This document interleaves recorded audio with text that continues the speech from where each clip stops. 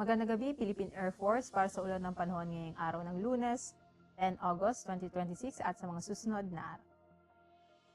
Para sa ating synoptic situation, southwest monsoon o habagat ang siyang patuloy na makakaapekto dito nga sa may Luzon at western section ng Visayas na magdadala ng katamtaman hanggang sa malakas na bugso ng ulan.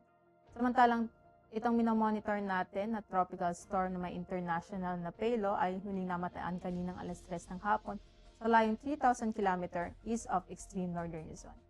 Ito ay may lakas ng hangin na umaabot sa 75 km per hour at may pagbugso na umaabot sa 90 km per hour.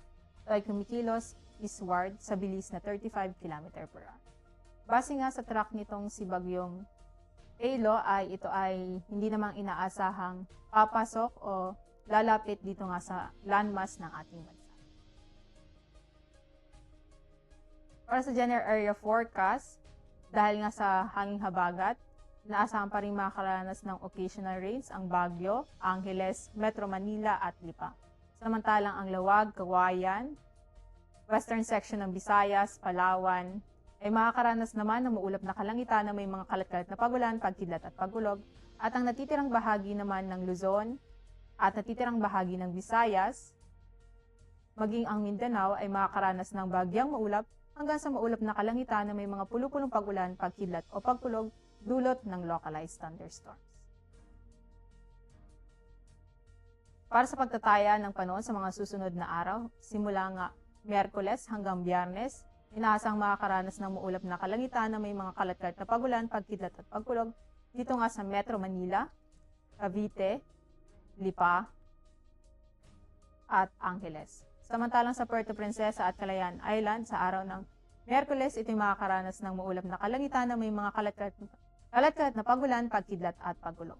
At sa susunod na 2 araw, ito'y makakaranas ng bagyang maulap hanggang sa maulap na kalangitan na may mga pulo-pulong pagulan, pagkidlat o pagkulog.